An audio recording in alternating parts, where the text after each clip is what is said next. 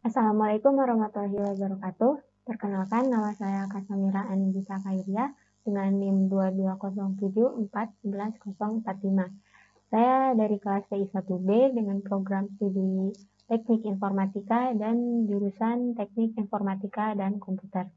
Pada kesempatan kali ini, saya akan mempresentasikan esai yang telah saya buat dengan judul Ragam Bahasa Indonesia di Era Digital.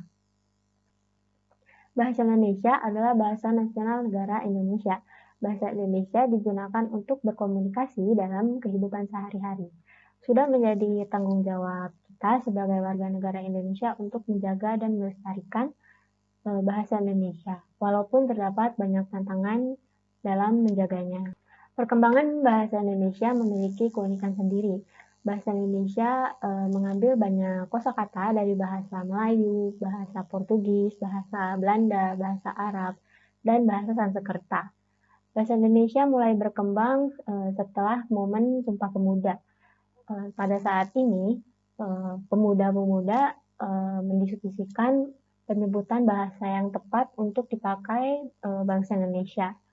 Akhirnya, M. Tabrani, salah satu dari pemuda itu, mengusulkan agar nama bahasa Melayu yang dipakai saat itu diubah menjadi bahasa Indonesia.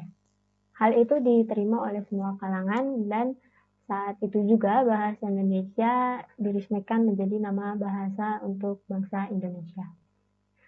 Selanjutnya pada tahun 1947, bahasa Indonesia mulai ditangani oleh suatu badan bahasa yang bernama Balai Bahasa.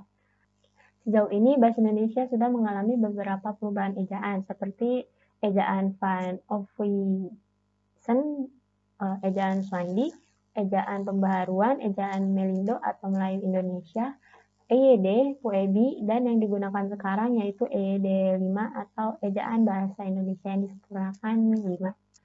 Selain itu, perkembangan bahasa Indonesia juga dapat dilihat dari adanya ragam bahasa yang dipergunakan dalam penggunaan bahasa Indonesia. Seperti ragam dialek, ragam formal, ragam informal. Contoh dari ragam dialek itu seperti kata gue dan elu yang berasal dari bahasa Betawi. Lalu untuk contoh ragam formal itu digunakan untuk situasi resmi dan ragam informal yang digunakan ketika situasi tidak resmi atau kehidupan sehari-hari. Saat ini, Indonesia sudah memasuki era digital, di mana era ini terdapat banyak pengaruh dari bahasa asing yang penggunaannya hampir menutupi penggunaan bahasa Indonesia. Penggunaan bahasa asing seperti bahasa Inggris dianggap sebagai bahasa yang lebih bergengsi daripada bahasa nasional.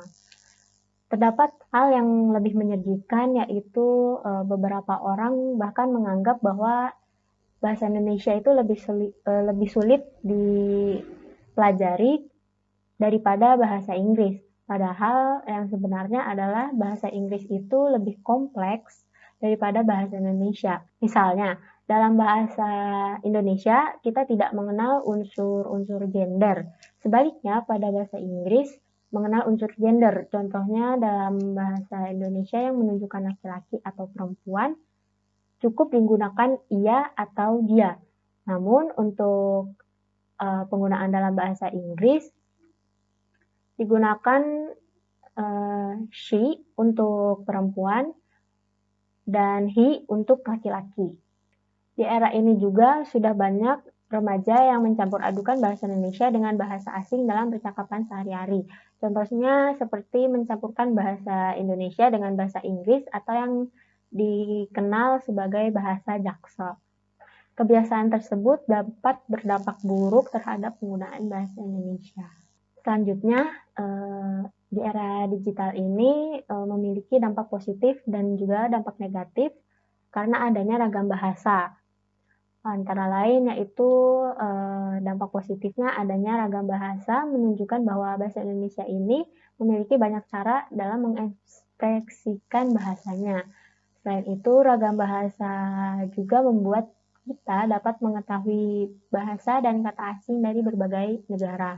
Ragam bahasa juga khususnya ragam bahasa informal dapat membuat kita lebih akrab dalam percakapan sehari-hari. Contohnya seperti Gimana kabar lo?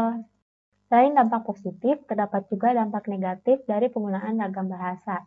Contohnya yaitu menurunnya eksistensi bahasa Indonesia karena masyarakat lebih memilih untuk mempelajari dan mendalami bahasa asing daripada bahasa Indonesia. Hal ini disebabkan karena adanya gengsi saat masyarakat menggunakan media sosial. Penggunaan ragam bahasa Indonesia juga dapat menyebabkan bertambahnya kosakata bahasa Indonesia, terutama kata serapan. Kata serapan yang banyak dapat menimbulkan masalah apabila ada warga negara asing yang ingin mempelajari bahasa Indonesia secara mendalam. Selanjutnya, untuk mengembangkan bahasa Indonesia, kita membutuhkan peran pemerintah, media massa, peran sekolah, dan yang paling penting itu adalah masyarakatnya sendiri.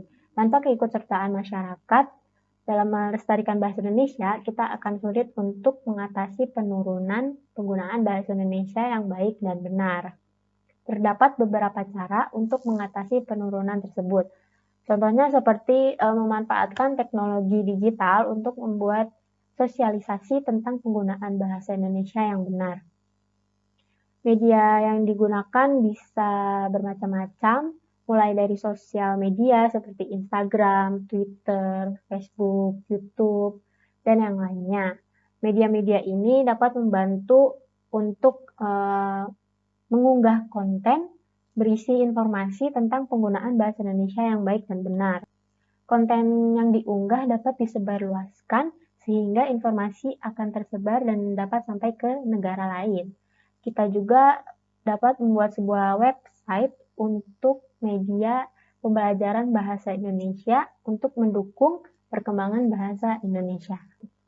Karena teknologi digital dapat menyebarluaskan informasi dengan cepat, hal ini dapat menjadi sebuah manfaat untuk bahasa Indonesia agar bisa lebih dikenal di kancah internasional.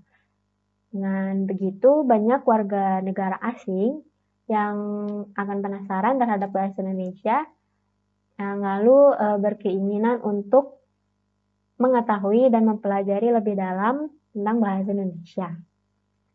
Selain memanfaatkan teknologi digital, pemerintah juga harus membuat suatu kegiatan yang dapat meningkatkan semangat belajar pengguna bahasa Indonesia baik di sekolah maupun di masyarakat. Contohnya menerapkan kebiasaan literasi di sekolah-sekolah yang dapat membuat siswa mendapat pengetahuan dan kosakata baru. Kesimpulan untuk esai ini yaitu bahasa Indonesia adalah suatu hal yang harus kita jaga keberadaannya. Di era digital ini terdapat banyak pengaruh yang dapat membuat eksistensi penggunaan bahasa Indonesia ini menurun, terutama dalam penggunaan ragam bahasa yang banyak keliru. Untuk mengatasi berbagai tantangan tersebut, kita memerlukan peran pemerintah, peran sekolah, dan yang paling penting adalah peran masyarakat. Meskipun demikian, selain memiliki dampak negatif, penggunaan ragam bahasa di era digital ini juga dapat memberikan dampak positif serta dapat memberikan manfaat untuk perkembangan bahasa Indonesia. Sekian presentasi dari hasil esai yang telah saya buat dengan judul Ragam Bahasa Indonesia di Era Digital. Mohon maaf apabila ada salah kata. Wassalamualaikum warahmatullahi wabarakatuh.